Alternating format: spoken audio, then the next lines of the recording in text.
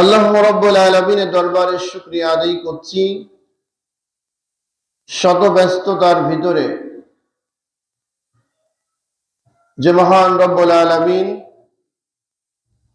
পবিত্র জুম্মার নামাজের উদ্দেশ্যে যথাসময় মসজিদে এসে কোরআনে কারিম থেকে আলোচনা করার এবং শোনার একটি পরিবেশে বসার তৌফিক দান করলেন, ওই রব্বুল আলামিনের দরবারে শুকরিয়া আদায় করছি। সকলে বলছে আলহামদুলিল্লাহ। আর শুকরিয়া আদায় করছি যে আল্লাহ রাব্বুল আলামিন প্রকৃত মুসলমান হিসাবে, ইমানদার হিসাবে, একজন সচেতন আল্লাহর গোলাম হিসাবে আমাদেরকে আল্লাহ রাব্বুল আলামিন কবুল করেছেন। যথাসময় আল্লাহর ডাকে সাড়া দিয়ে তিনার হুকুম আহকাম মেনে চলার জন্য আল্লাহ সুযোগ করে দিয়েছেন। ওই রব্বুল আলামিনের দরবারে আবারও শুকরিয়া আদায় করছি। সকলে বলছি আলহামদুলিল্লাহ। সচেতন একজন মুসলমান হলে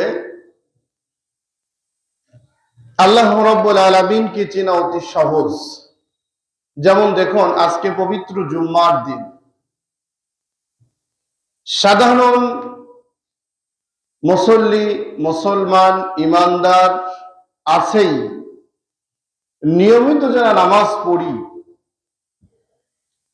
এনারাও আজানের সাথে সাথেই মসজিদে প্রবেশ করাটা সম্ভব হয় না। আজানের সাথে সাথে মসজিদে প্রবেশ করাটা সম্ভব না হওয়ার পিছনে হলো যেই কারণটা, পৃথিবীতে যত ভালো কাজ আছে সমস্ত ভালো কাজের পিছনে যিনি ইন্ধন দেন তিনি হলো শয়তান। আর যত খারাপ কাজ আছে কোন কাজের পিছনে শয়তান যাওয়া লাগে না। শয়তান ওটা চিন্তা চেতনার মধ্যেও আনে না। কারণ হলো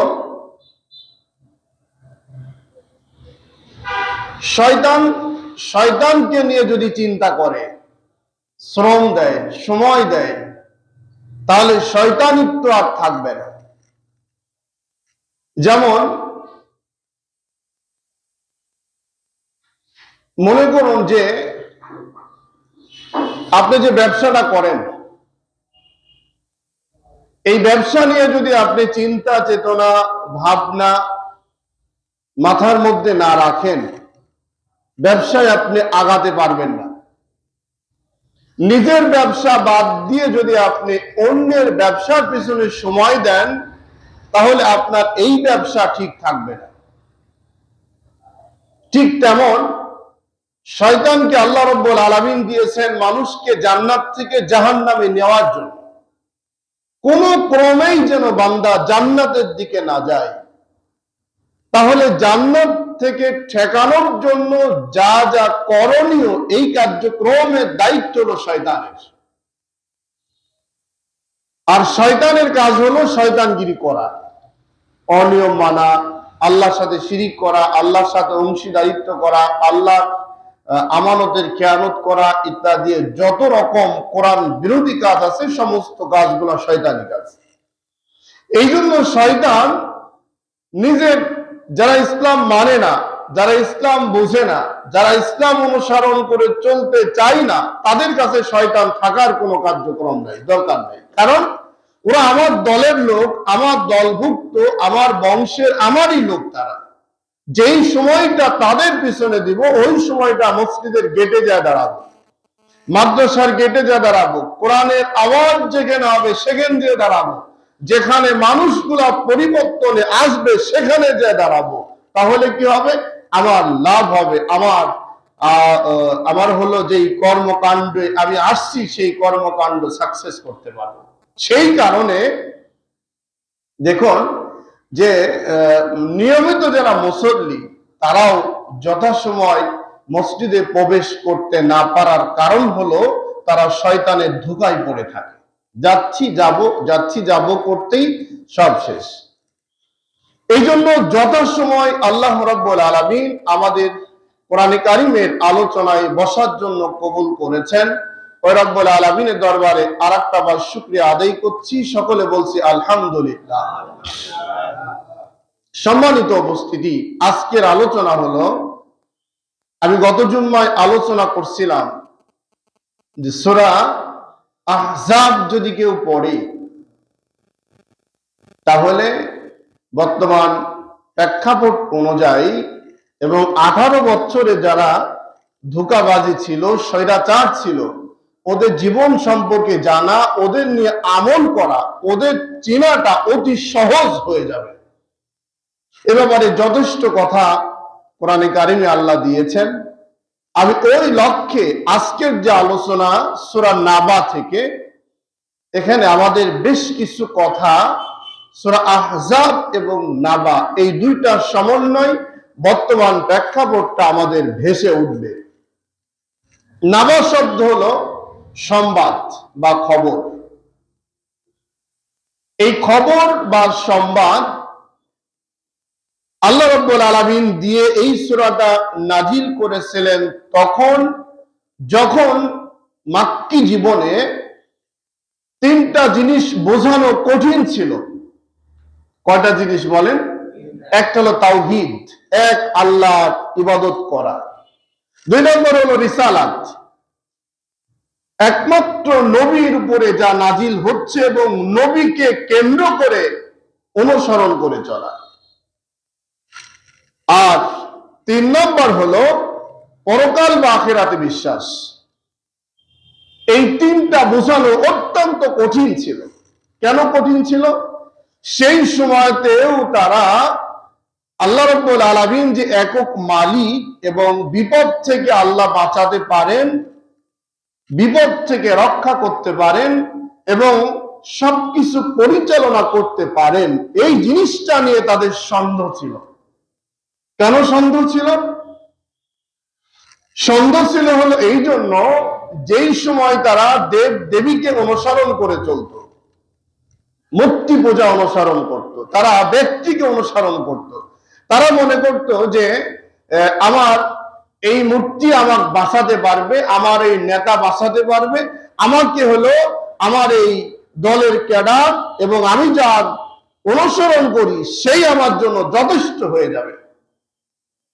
এই চিন্তা চেতনা নিয়ে বিশ্ব নবী যতই দাওয়াত দিতেন, কথা বলতেন, কিন্তু তারা এই কথাগুলা মাথার মধ্যে ঢুকাত না। একটু মিল করেন, আজকে বাংলাদেশের প্রেক্ষাপট দিয়ে সারা বাংলাদেশ ব্যাপী যেই দলের অন্তর্ভুক্ত, যে যেদিকে চলতে চায়, সর্বপ্রথম ওই কমান্ড আগে সে মানতে চায়, সেটা বিশ্বাস করতে চায়। দেখুন, দলের দোহাই দিয়ে, দলের বড়াই দিয়ে, দলকে ভালোবেসে অসংখ্য মানুষ নামাজ ছেড়ে দেয়, ইসলাম ছেড়ে দেয়, আল্লাহর ইবাদত ছেড়ে দেয়, গোলামি ছেড়ে দেয়। ডালে বেয়ে তাকায় দেখেন, অসংখ্য। কেন? রাসূল সাল্লাল্লাহু আলাইহি সাল্লাম বোঝাতে চাইলেন সকল ক্ষমতা একমাত্র আল্লাহ রাব্বুল আলামিন মালিক। ওই সময় ছিলেন। এখন কি আল্লাহ সকল ক্ষমতার মালিক আছেন না বন্ধ হয়ে গিয়েছেন?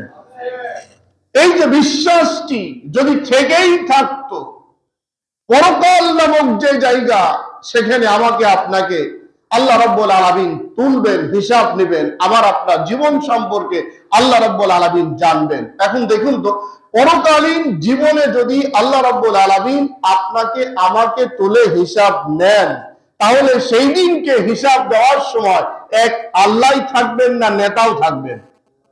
আল্লাহ থাকবেন না বলেন? সেখানে নেতা যদি থাকতেন তাহলে সুবিধা হতো। আর নেতাই যেহেতু সেখানে নাই, আল্লাহই যদি থেকে থাকে, তাহলে আপনি কেন আল্লাহর গোলামি বাদ দিয়ে, যা সত্য বাদ দিয়ে মানুষকে আপনি অনুসরণ করে চলছেন?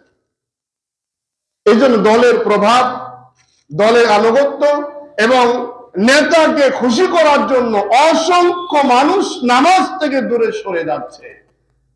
মাক্কি জীবনে রাসূল সাল্লাল্লাহু আলাইহি সাল্লামের সময় রাসূল দাওয়াত দিচ্ছেন জান্নাতের দিকে, আর শয়তান নিয়ে যাইতে চাই জাহান্নামের দিকে। এখনো যারা আপনাকে নামাজ থেকে দূরে রাখতে চায়, ইসলাম থেকে দূরে সরে রাখতে চায়, আল্লাহর বিধান থেকে দূরে সরে রাখতে চায়, কোরআন থেকে দূরে সরে রাখতে চায়। নিঃসন্দেহে আপনি মনে করুন, জান প্রাণ দিয়ে বিশ্বাস করুন, আপনি এখনো শয়তানের অনুসরণ করে চলছেন। আপনার পিছনে যিনি লেগে আছে তিনি হলো শয়তান। তা যদি না হতো তাহলে আমরা মুসলমান হওয়া সত্ত্বে আল্লাহর হুকুম বাদ দিয়ে মানুষ রচিত আইন দিয়ে আমাদের জীবন বিধান পরিচালনার সিদ্ধান্ত কেন নিচ্ছি? আমরা চিন্তা করছি কেন? এই জন্য আল্লাহ রাব্বুল আলামিন এই সূরাটা যখন নাজিল করলেন, সেই সময় ওই সময়ের মানুষগুলা চরম ভাবে নবীজিকেই শুধুমাত্র নয়, চরম ভাবে তারা হলো দুনিয়ার মোহে দেব দেবতার সাহায্য কেন্দ্র করে তারা মনে করত যে আমরা মৃত্যুর পরে আমাদের আবার তুলবে, হিসাব দিবে, আবার আমাদের জীবিত করবে। এগুলো সব ভুয়া একটা বিষয়। যা কিছু হোক, দুনিয়ার বিলাসিতা, শান্তি, দুনিয়ার লাভ লালসা যা যা আছে ইত্যাদি, এগুলা করেই শেষ করো। এই জন্য আল্লাহ রাব্বুল আলামিন বললেন প্রত্যেকটা বিষয় আম্মা ইয়াতাসাআলুনা আনিন নাবাইল আযীম। আল্লাহ রাব্বুল আলামিন বলেন, যে আলোচনাটা হলো নবীজি যে দাওয়াত দিচ্ছিলেন, এই দাওয়াত শোনার পরে একজন আরেকজনকে জিজ্ঞাসা করত, আসলে কথাটা কি সত্য নাকি, এটা হবে নাকি? একজন মানুষ যদি মারা যায়, মারা যাওয়ার পরে কবরে রেখে আসলাম অথবা পোড়ায় ছাই করে উড়াইয়ে দিলাম। একজন মানুষকে যদি পোড়ানো হয়, ছাই বানানো হয়, তাকে যদি ভস্য করে দেওয়া হয়, আর তো কোনোদিন তাকে খুঁজে পাওয়া সম্ভব হবে না। তাকে কিভাবে আল্লাহ রাব্বুল আলামিন আবার জীবিত করে হিসাব নিবে, এমন দাওয়াত কোনোদিন বিশ্বাস করা যায় নাকি? একজন আরেকজনকে বলতো, দেখো জীবনে কত কথা শুনলাম, মানুষ মারা যাবে আবার জীবিত করে হিসাব দিবে, এমন কথা কোনোদিন আগে তো শুনি নাই।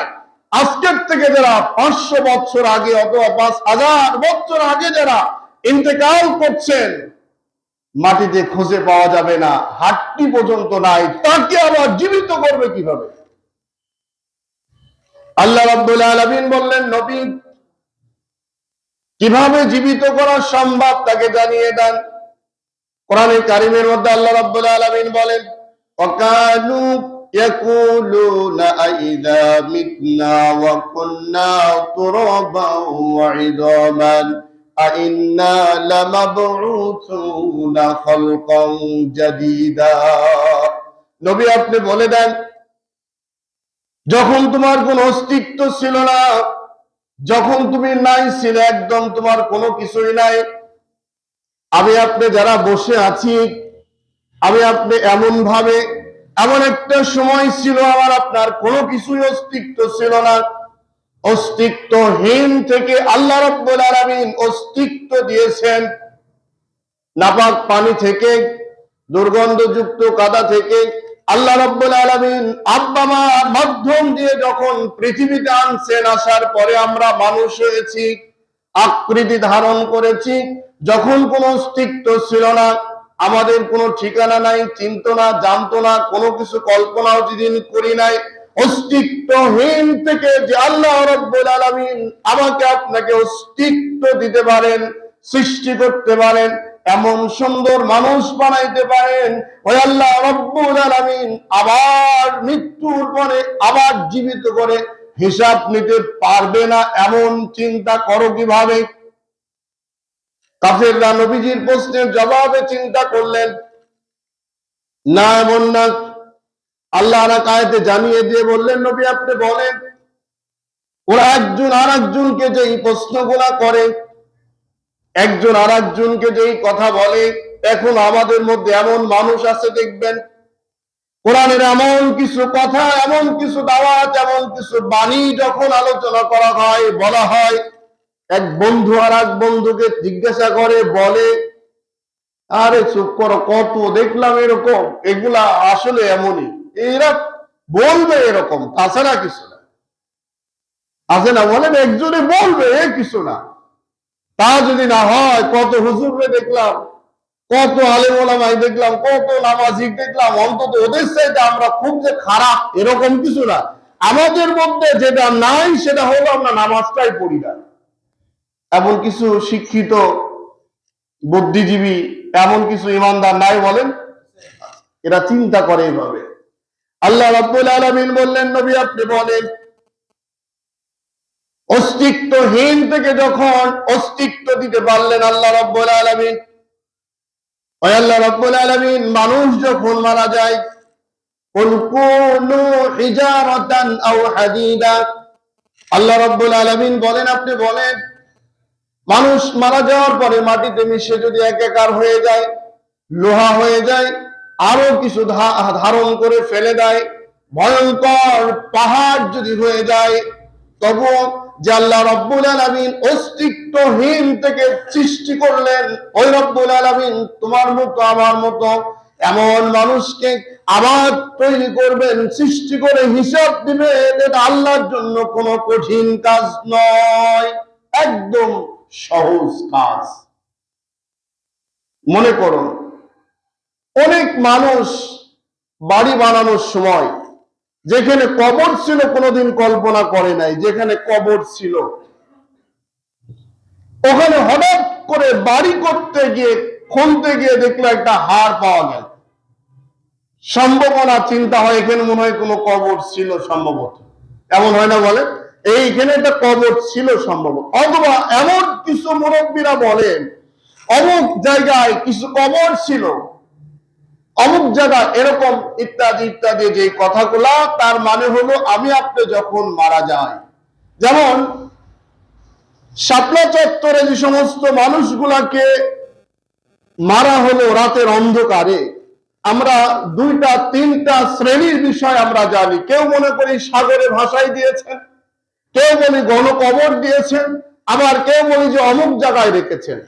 তার মানে একটি মানুষকে মৃত্যুবরণ করার পরে আমরা যেভাবেই মনে করি না কেন তাকে কোনো না কোনো জায়গায় রাখা হয়েছে, এরকম না বলেন? অথবা আপনি কোথাও রাখেন নাই, এই পৃথিবী আসমান এবং জমিনের মধ্যবর্তী স্থানের মধ্যেই তো আছে।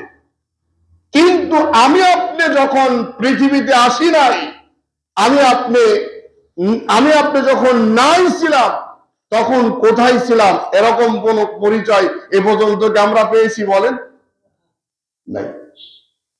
তাহলে অস্তিত্বহীন নাই, সেখান থেকে আল্লাহ আনলেন, আনার পরে অস্তিত্ব দিলেন, দেওয়ার পরে এখন আল্লাহ আপনাকে আমাকে তুলে হিসাব নিবেন।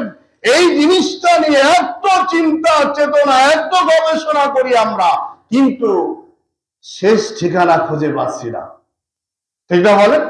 এত মানুষ কবর দিতে গেলাম, জানাজা করতে গেলাম, কত কবর দিলাম জীবনে। বাড়ির পাশে যে গরুস্থান, কবরস্থান, দাদা চলে গেলেন, নানা চলে গেলেন, বাবা চলে গেলেন, কত নেতা নেত্রী চলে গেলেন, হাতটা খুঁজলেও পাওয়া যায় না। ওই কবরের কাছে দাঁড়ায় যদি আপনি নিজেকে একটু ভাবতেন, চিন্তা করতেন যে এমন একটি সময় আসবে আমারও লাশটা এখানে রাখলে আমি এরকম মাটিতে মিশে যাব, আমার অস্তিত্ব থাকবে না, আমার হাড় থাকবে না, মাংস থাকবে না, কেউ আমার এইরকম ভাবে খোঁজ নেওয়ার কোনো লোক থাকবে না। এমন চিন্তা চেতনা যদি আপনার আমার মাথার মধ্যে হয়ে ওই কবর স্থানে দাঁড়িয়ে যদি চিন্তা করতাম, তাহলে ওই মানুষটা সহজেই ভালো হতে পারত কিনা বলেন? ভালো হতে পারত। কিন্তু আমরা মনে করি কি জানেন, যখন মারা যায়, ইস লোকটা মারা গেলেন, ইস লোকটা চলে গেলেন, ইস, এই ইস পর্যন্তই শেষ। আবার কিছু লোক এমন মনে করি জানাজায় যাওয়ার আগে আমরা বলি, আহারে এই মৃত্যুটা মেনে নেওয়ার মতো পরিবেশ নাই। আসলে কি মানা যায়? এই মৃত্যুটা মানা যায় না। মৃত্যুটা মানা যায় না, কি করবেন? যাক, কোন রকম মানলাম। এরপরে আমি বক্তৃতার সময় বললাম, যেহেতু নেতা ও এলাকার, ভালো মন্দ কিছু কথাবার্তা বলার পরে এবার বলা হলো, আচ্ছা বলেন তো লোকটা আসলে কেমন ছিল বলেন। সবাই আমরা ইচ্ছাই হোক অনিচ্ছাই হোক হা হো করলাম, মাথা লড়ালাম, হাত লড়ালাম ইত্যাদি। আচ্ছা বলেন তো এই দুনিয়াটা আমরা মাটি দেওয়ার সময় হা না যা কিছু বলে ওই লোকটাকে আমরা রেখে আসলাম অন্ধকার একটা কবরে। কেন রাখলাম? তার মানে কবরটা একটা জগৎ, একটা পৃথিবী, একটা জায়গা। ওই কবরে রাখার পরে সন্ধ্যাবাতি দেওয়া লাগবে, একটু খোঁজ নেওয়া লাগবে, খাপাসি তুলে একটু দেখি লোকটা কেমন আছে। এমনটা কোনদিন কি যেই দয়ালু লোকটি এত মানুষের জবানবন্দি নিয়ে উনি বললেন লোকটি কেমন ছিল, আমরা বললাম খুব ভালো ছিল। এবার বলে শেষ ভালো যার সব ভালো তার। এতগুলি লোক বলল লোকটা ভালো ছিল, আল্লাহ বলবে লোকটা ভালো ছিল। এরকম কিছু লোকের আছে না বুদ্ধি বলেন। আচ্ছা এই বুদ্ধি দিয়ে আপনি তাকে ভালোবেসে দিয়ে আসলেন কবর নামক জায়গায়, দেন দিয়ে আসলেন, দেওয়ার পরে এবার কি আপনি এত ভালোবাসার মানুষ খাপাসি তুলে একদিন দেখার সুযোগ আপনি পান না কেন? তার মানে ওই তুলতে গেলে মনে হয় যেন আপনার একটা ভয় ভিতরে কাজ করে, না এটা তোলা যাবে না বা গেলে আমার কোনো সমস্যা আছে। ঠিক আছে আপনি তুললেন না বা গেলেন না, এবার আপনি আটকায় দিলেন। দেওয়ার পরে মুনকার নাকির নামক ফেরেশতা এবার ওখানে আসবে কি আসবে না বলেন? আসবে। আসার পরে প্রশ্ন করবে মার রব্বুকা, তোমার রব কে? যিনাকে মাটি দিয়ে আসলেন একজন বেনামাজি, একজন ধোঁকাবাজ, একজন সমাজের নেশাগ্রস্ত মানুষ, একজন বেঈমান। এই দেশে ইসলাম প্রতিষ্ঠিত হোক অথবা আলেমদের বিরুদ্ধে ইসলামের বিরুদ্ধে চরম অবস্থান নিয়ে ওই ব্যক্তি মৃত্যুবরণ করার পরে তাকে এবার আপনি বললেন লোকটি খুব ভালো ছিল, ঠিক আছে স্বীকৃতি দিলেন। এবার যিনি প্রশ্নের সম্মুখীন হলেন এই প্রশ্ন থেকে তাকে বাঁচাবেন কে? আর কেউ আছে বলেন? আপনার কোনো সুপারিশ চলবে বলেন? আমার আপনার কোনো দরখাস্ত চলবে বলেন? আর কিচ্ছু চলবে না সেই জায়গায়। এবার বলেন আপনি মা রব্বুকা, তো রব কে এবার বল। দুনিয়ায় স্কুল আছে, মাদ্রাসা আছে, কলেজ আছে, বিশ্ববিদ্যালয় আছে, পড়াশোনার জায়গা আছে। ছোট্ট একটা মাসুম বাচ্চাকে 5 বছর 7 বছর পর থেকে আপনি ভর্তি করলেন স্কুলে, ভর্তি করলেন মাদ্রাসাতে, ভর্তি করলেন আপনার পছন্দের একটি প্রতিষ্ঠানে। এবার সেখান থেকে আপনি ক খ সরাসরি আলিফ বা তাসা যেটাই বলেন শিক্ষা দিয়ে তার একটা পরিচিতি অর্জন করলেন সমাজের মধ্যে। কিন্তু কবরে যখন প্রশ্নের সম্মুখীন হলো এবার আপনি কোথায় পড়াবেন তাকে? এবার ওই প্রশ্নের সম্মুখীন কোথায় শিখাবেন? শেখানোর ওখানে জায়গা আছে বলেন? কোন জায়গা নাই। ওই প্রশ্নের জবাব যদি দিতে হয় তাহলে আপনাকে দুনিয়ায় থাকতে লা ইলাহা ইল্লাল্লাহ, একমাত্র আল্লাহ ব্যতীত কোনো মাবুদ নাই, ইলাহ নাই, উপাস্য নাই, আইনদাতা নাই, বিধানদাতা নাই, হুকুমকর্তা নাই, এক কথায় এক আল্লাহ ব্যতীত কোনো মানুষ নাই। জীবনে আপনাকে সিদ্ধান্ত নিয়ে জীবনের শুরু থেকে শেষ মুহূর্ত পর্যন্ত আল্লাহর গোলামি করতে হবে। এই তো নাকি? এখন গোলামি যদি আপনি করেন, আল্লাহর হুকুম যদি আপনি মানেন, মানার পরে এবার যদি আপনাকে প্রশ্ন করা হয় মার রব্বুকা, এবার কি এই প্রশ্নের জবাবটা দেওয়া সহজ হবে না কঠিন হবে বলেন? সহজ হবে। আমরা মনে করি প্রশ্ন করুক না, মার রব্বুকা এটা একদম সহজ। আমি সাথে সাথে বলে ফেলবো আমার রব আল্লাহ, বলবো না বলেন? আমাদের রব কে? আরেকটা উদাহরণ আপনি নেন। আজকে পবিত্র জুম্মার দিন, এই মহল্লা এলাকা মুসলমানের সংখ্যা কি এই কয়েকজন না আরো আছে? নামাজি সংখ্যা কি এইগুলাই না?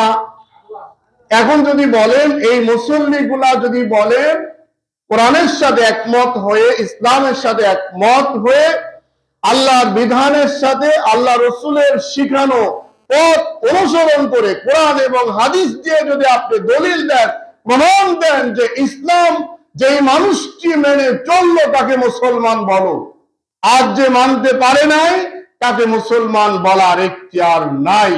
এবার যারা ভিতরে আসছে তারা খুব আনন্দিত হলো, যাক আলহামদুলিল্লাহ আমি তো তালিকার মধ্যে আছি। আর যে নামাজ পড়লো না ওই মানুষটা যখন শুনবে ওকে আপনার পক্ষে থাকবে না বিরুদ্ধে যাবে? বিরুদ্ধে যাবে না, মানে বিরুদ্ধে যাবে। কেন বিরুদ্ধে যাবে?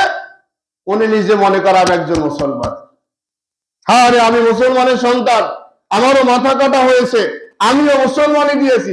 আজকে তো মুসলমানি দিয়ে বাণিজ্য হয়, মুসলমানি দিয়ে বাণিজ্য হয়, কিন্তু মুসলমানের শব্দের অর্থ, মুসলমান শব্দের ব্যাখ্যা, প্রকৃত মুসলমান মাথা কাটান না, মুসলমান নয়।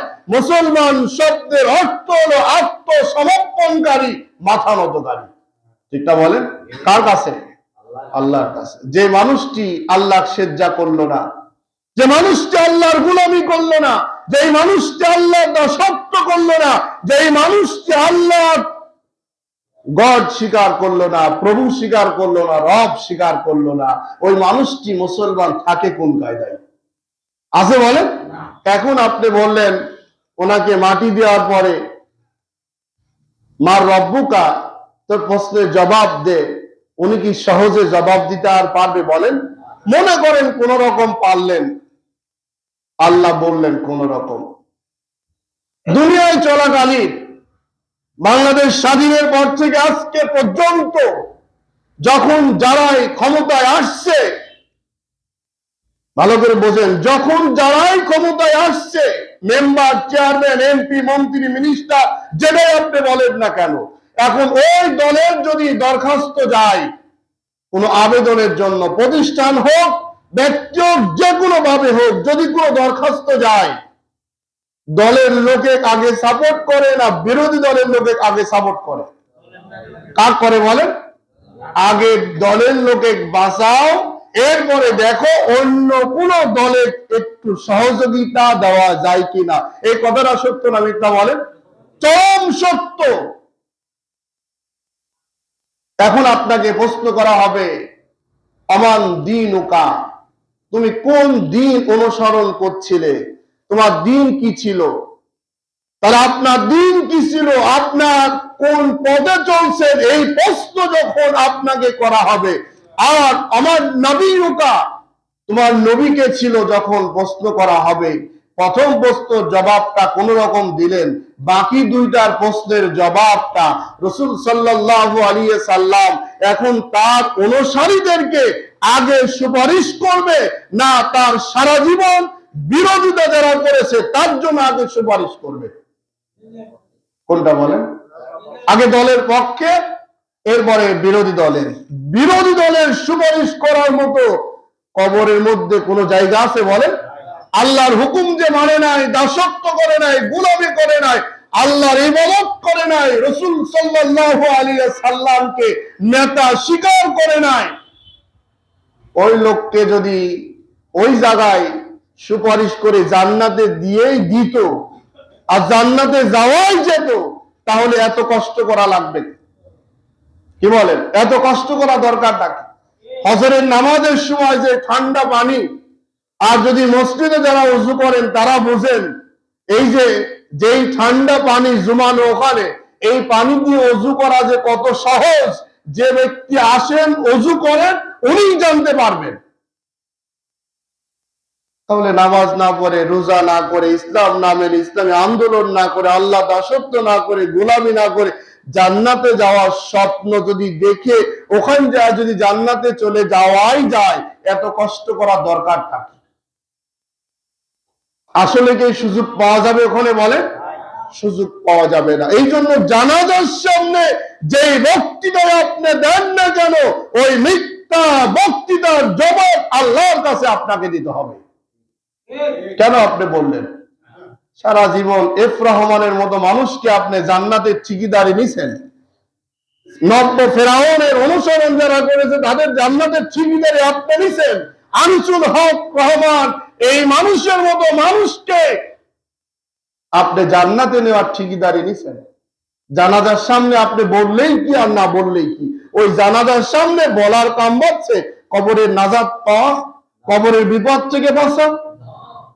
এই জন্য সম্মানিত উপস্থিতি, আল্লাহ রাব্বুল আলামিন বলতেছেন, অস্তিত্বহীন থেকে তোমাদের তৈরি করেছে আমি, দুনিয়ায় অস্তিত্ব দিলাম, অস্তিত্ব অবস্থায় কবর থেকে আমি রব্বুল আলামিন তোমাকে আবার জীবিত করে হিসাব দিব। বান্দা এবার বলো, তোমার এই 50 বছর, 100 বছর, 60 বছর এই দুনিয়ার জীবনে তুমি ভালো এবং মন্দ কি করেছো বলো। সত্যি যদি হিসাব ওই দিনকে আল্লাহ কঠিন ভাবে নেন, আমার আপনার ওই তালিকা আছে না নাই বলেন? আমার আপনার স্কুলের মধ্যে ভর্তি হলেন, আপনি শুনলেন অটো পাস, কোনো পরীক্ষা দেওয়া লাগলো না, অটো পাস যারা হইলো ওদের আনন্দ তো চরম, যাক এবারও বাঁচলাম, অটো পাস তো হলাম, আগামী বছর যদি আর একটা যদি ক্লাস অটো পাস হতো তাহলে তো পুরাটাই বেশি গেলাম। মনে করেন অটো পাস দেওয়ার কথা ছিল, এদিকে চরম আনন্দ ফুর্তির মধ্যে চলছে, পড়াশোনা তেমন নাই, বই পাতিল কিনে নাই, হঠাৎ করে ঘোষণা হলো অটো পাস বন্ধ, এবার পরীক্ষা দিতে হবে সৃজনশীল। এবার কি শরীর ঘামবে কি ঘামবে না বলেন? বাড়ির থেকে চাপ দিচ্ছে পরীক্ষা দিতে হবে। উনি খুব ভালো স্টুডেন্ট, অটো পাস তো খুব ভালো স্টুডেন্ট, নাম্বার খুব ভালো, কিন্তু হঠাৎ করে ঘোষণা হলো অটো পাস নাই, এবার পরীক্ষা দিতে হবে সৃজনশীল প্রশ্ন। বই খুঁজলে অনেক সময় পাওয়া যায় না, কোথার থেকে প্রশ্ন আসবে বাদ দাও। এবার দেখেন বিপদটা কোন জায়গায়। যারা চিন্তা ভাবনা নিয়ে আছেন হিসাব হবে না, কবরের কোন হিসাব দেওয়া লাগবে না, এমনি এমনি জান্নাতে চলে যাব, যান জান্নাতে চলে যান, সমস্যা নাই। কিন্তু হঠাৎ যদি বলে অটো পাস বন্ধ, এবার প্রত্যেকটা আমলের হিসাব দিতে হবে, ফামাইয়া আমাল মিসকালা যাররাতিন শাররান ইয়ারা, আর ছাড় হবে না।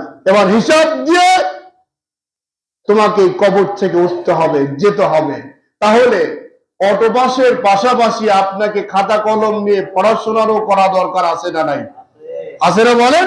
এই জন্য জান্নাতে যেতে যদি হয়, এলোমেলো অবস্থায় জীবন যাপন করছেন, মাথার মধ্যে রাখতে হবে যে আপনাকে হিসাব দিতে হবে, হিসাব দিতে হবে। এই চিন্তা চেতনা যদি মাথার মধ্যে থাকে, আল্লাহর গোলামি বাদ দিয়ে আপনি মানুষের গোলামি করার সুযোগ আর মাথার মধ্যে আসবে না, ঠিক কিনা বলেন? এজন্য সম্মানিত উপস্থিতি, আল্লাহ রাব্বুল আলামিন আমাকে আপনাকে পরীক্ষার জন্যই দুনিয়ায় পাঠাইছেন। আমাকে আপনাকে সামান্য সময় দিয়েছেন হায়াত, এই হায়াতটা শেষ হওয়ার সাথে সাথেই অনন্তকালের যে আমার কবর, পরকালীন জীবন, এই জীবনটা খুব কঠিন একটা জায়গা। ওই জায়গায় বাঁচার জন্য, সুপারিশ করার জন্য, উপকার করার জন্য, আপনাকে সাহায্য করার জন্য কোন রকম অটো পাসের ব্যবস্থা ওখানে হবে না। ওখানে পাস করতে হলে, সাহায্য নিতে হলে, সাহায্য পেতে হলে আল্লাহর গোলামি, আল্লাহর দাসত্ব, আল্লাহর হুকুম মেনে চললেই একমাত্র আপনি নাজাতের পথ পেয়ে যাবেন। তাহলে কোরআনটা মেনে আমার আপনার জীবনে চলার দরকার আছে না নাই বলেন? খালি মুখ দিয়েই বললাম সারাটা জীবন, সত্যিকার এই কোরআনটা নিয়ে, কোরআন অনুযায়ী এই জমিনটা, এই পৃথিবীটা, আমার বাংলার জমিন, আমাদের মাতৃভূমি, এই বাংলার জমিনের সমস্ত মানুষগুলা যদি আমরা মনে করি আমরা মুসল্লি, নামাজ পড়ছি, আল্লাহকে সেজদা করছি, আমার জীবনে কোরআনটা মেনে চলবো, এই সিদ্ধান্ত যদি নেওয়া যায়, তাহলে কি শান্তি আসবে না বন্ধ হয়ে যাবে? আসবে না বলেন? শান্তির নমুনা দেখুন, মসজিদে যতই মুসল্লি হোক, নামাজের সময় কোনো বিশৃঙ্খলা আছে? আছে বলেন? কোন রকম কি আওয়াজ হয় নামাজের সময়? না হওয়ার জন্য শিক্ষা দিয়েছেন হলো আল্লাহ। কে দিয়েছেন? নামাজ হলো আপনাকে একটা আদর্শ শিখায়, নম্রতা শিখায়, সভ্যতা শিখায়, একটা আপনাকে শৃঙ্খলাবদ্ধ শিখায়। নামাজই একমাত্র আপনাকে সমস্ত ঝামেলা মুক্ত জীবন দিতে শিখায়। তাহলে মসজিদে যে শান্তি, গ্যাঞ্জাম নাই, ঝামেলা নাই, কোনো আওয়াজ নাই, এই নামাজের কায়দায় যদি জীবনটা আমরা চলাতে পারতাম, পার্লামেন্ট থেকে শুরু করে মেম্বার পর্যন্ত, তাহলে পুরা সমাজটা এমন শান্তিময় হতো কিনা বলেন? হতো না বলেন? হতো। এই জন্য আসুন আমরা সবাই অটোপাস বাদ দিয়ে আল্লাহর কাছে জবাব দিতে হবে, এই চিন্তা চেতনায় কোরআনের বিধানটা মেনে আল্লাহর হুকুম মেনে চলার সিদ্ধান্ত গ্রহণ করে বাকি জীবনটা যেন চলতে পারি। আল্লাহ যেন তৌফিক দান করে। সকলে বলেন আমিন। আখির দাওয়ানা আলহামদুলিল্লাহি রাব্বিল আলামিন। যারা সুন্নাত পড়েন নাই 4 রাকাত সুন্নাত পড়েন। কেন? চলো।